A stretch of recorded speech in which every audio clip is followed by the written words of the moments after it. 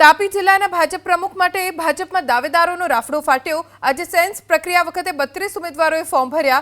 સુરતના પૂર્વ મેયર હેમાલી બોઘાવાલા ચૂંટણી અધિકારી તરીકે પહોંચ્યા હતા। જિલ્લાભરમાંથી ઉમેદવારો દાવેદારી કરવા પહોંચ્યા। 2 મહિલા સહિત 32 જેટલા દાવેદારોએ દાવેદારી કરી છે। તાપી જિલ્લાના આજના જિલ્લા અધ્યક્ષના ચૂંટણી ફોર્મ માટેની પ્રક્રિયા કરવામાં આવી હતી।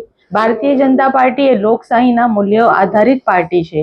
આપ સર્વને ખબર જ છે તેમ કે ભારતીય જનતા પાર્ટીના આ સંગઠન પર્વમાં બૂથ પ્રમુખ, મંડળ પ્રમુખ અને જે જિલ્લા પ્રમુખોની વરણી માટેની આ પ્રક્રિયા ચાલી રહી છે, ત્યારે આજ રોજ તાપી જિલ્લામાં મારી સાથે મારા સહ ચૂંટણી અધિકારી સનમભાઈ પટેલ, ઘનશ્યામભાઈ, અમિતભાઈ અને સાથે જિલ્લાની સમગ્ર ટીમ પણ જોડાઈ છે આ સાથ સહકાર આપવા માટે।